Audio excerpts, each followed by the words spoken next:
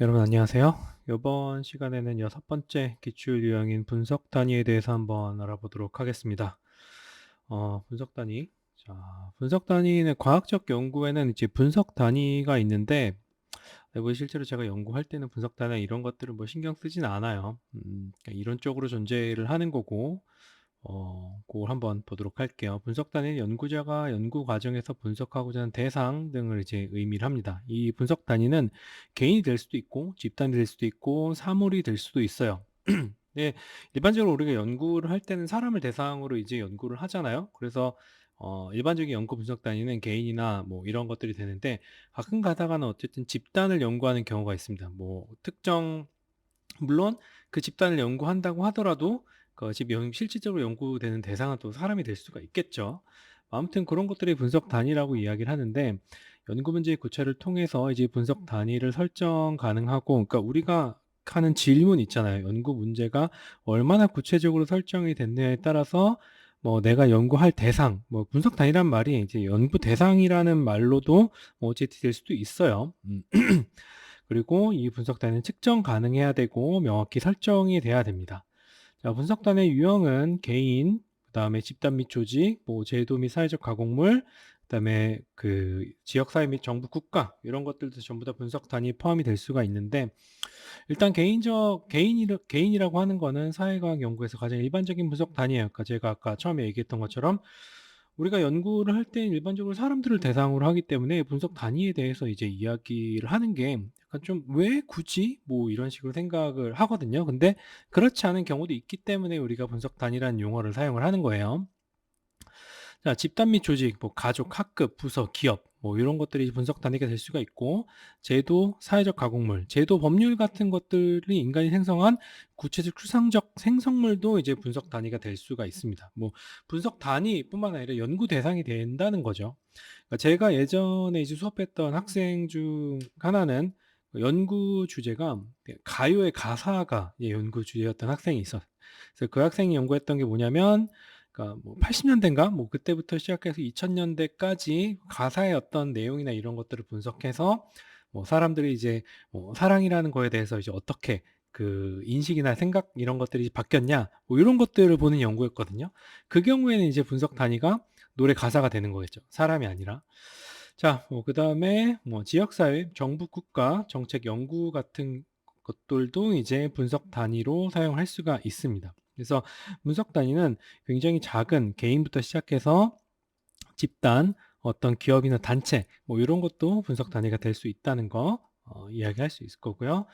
근데 이제 분석 단위의 오류가 있어요. 분석 단위의 오류인데, 특정 분석 단위를 통해 밝혀진 연구 결과를 작은 단위 혹은 큰 단위로 확장할 경우 오류가 나타날 수가 있습니다. 그 오류는 총 세 가지가 생태학적 오류, 개인주의적 오류, 환원주의적 오류 세 가지 오류가 있는데요.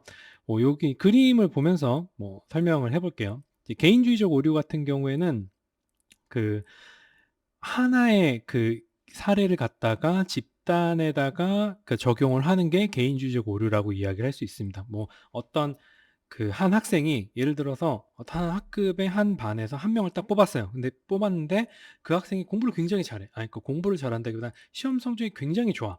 그러니까 시험 성적이 굉장히 좋으니까 '아, 그럼 이 반 학생들은 모두 다 시험 성적이 좋겠다.'라고 이제 이야기를 하는 게 개인주의적 오류, 개체주의적 오류라고도 이야기를 합니다. 그걸 얘기하는 거고, 생태학적 오류는 반 전체 평균이 높으니까 이 반에 있는 모든 학생들의 점수가 높을 것이다라고 이제 이야기를 하는 게 생태학적 오류라고 이야기를 할 수가 있어요. 물론 그 반에는 공부 평균이 높으니까 대부분 성적이 좋을 가능성이 굉장히 높아요. 근데 평균이라고 하는 거는 전체 점수를 이제 다 컬랩스 시켜가지고 하나로 요약을 하는 게 평균을 이야기를 하는 거지, 개개인의 점수들은 전부 다 사라지게 되는 거거든요. 그 반에 만약에 반 평균이 95점이야. 근데 그 반에 60점이 없겠어? 있겠죠.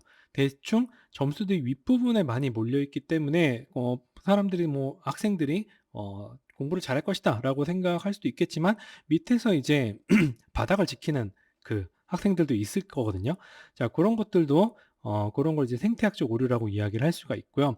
그다음에 환원주의적 오류라고 하는 거는 우리가 이제 "장님이 코끼리 만진다."라고 하는 속담이 있잖아요. 그것처럼 그러니까 본인이 이제 보는 관점에 따라서 현상 같은 것들이 굉장히 많이 달라질 수가 있어요.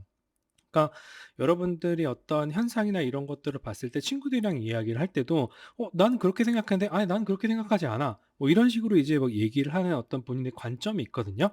그런 것처럼 그 관점에 따라서 보는 대상을 갖다가 다르게 인식하는 거에 따라서 어 분석 단위가 분석 단위 오류가 발생을 할 수가 있습니다. 그걸 우리가 환원주의적 오류라고 이야기를 합니다. 그래서 연구자 본인의 관점만 고려했을 때 발생할 수 있는 오류를 환원주의적 오류라고 하고, 자, 이제 기출문제 풀어보도록 할게요. 개인 수준의 분석 단위에서 도출된 결과를 집단 수준으로 확대 해석할 때 나타날 수 있는 오류를. 이게 뭐냐면은 어떤 한 학생이 성적이 좋단 말이야. 그러면 그 학생이 속한 반의 모든 사람들이 성적이 좋다라고 이제 얘기하는 게 어떤 오류라고 그랬죠? 그게 개인주의적 오류라고 했었죠. 분석 오류는 모르겠어요. 뭐야? 이거 왜 있는 거야? 뭐 분석했을 때 오류가 발생할 수 있으니까 뭐 분석 오류라고 하겠지만 이거는 뭐 전혀 상관없는 거예요. 생태학적 오류는 뭐예요? 전체를 갖다가 한 개인에다가 적용시키는 거를 생태학적 오류라고 이야기를 하고, 집단주의적 오류 뭐야 이거? 이것도 뭐 이상한 말이에요. 이것도 지워버리세요. 자, 개인주의적 오류가 이 개인을 갖다가 개인 수준의 분석 단위에 도출된 결과를 집단 수준으로 확대 해석할 때 요걸 갖다가 개인주의적 오류라고